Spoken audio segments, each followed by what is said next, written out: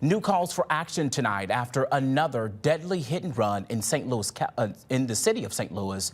Police say a woman was struck and killed early this morning along Gravois in South City. First Alert 4's John Kipper getting reaction from an older woman about this intersection known for being dangerous. The driving in our city is completely out of control, and we need to clamp down from every single angle possible. Older woman Kara Spencer reacting to another pedestrian fatal crash in the city of St. Louis. This one in her ward at Gravois and Russell. Police say just after 1:30, a woman was walking in the eastbound lanes of Gravois when an unknown vehicle going the same direction struck and killed her. I think they need to redesign the intersection.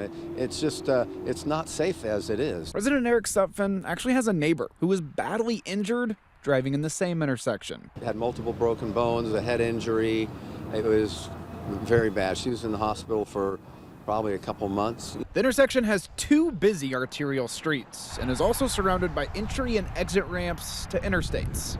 And it was deemed by the city last year as one of the most dangerous intersections in the city, and funding is on its way to address that. But technically, Gravois is a state road, and Spencer says the state needs a chip in too. We as citizens of the state of Missouri deserve to have our Missouri Department of Transportation investing in the roads. The most recent data on fatal pedestrian crashes shows St. Louis is about 3 times over the national average. And recently, board members have worked on legislation that would punish bad driving behavior.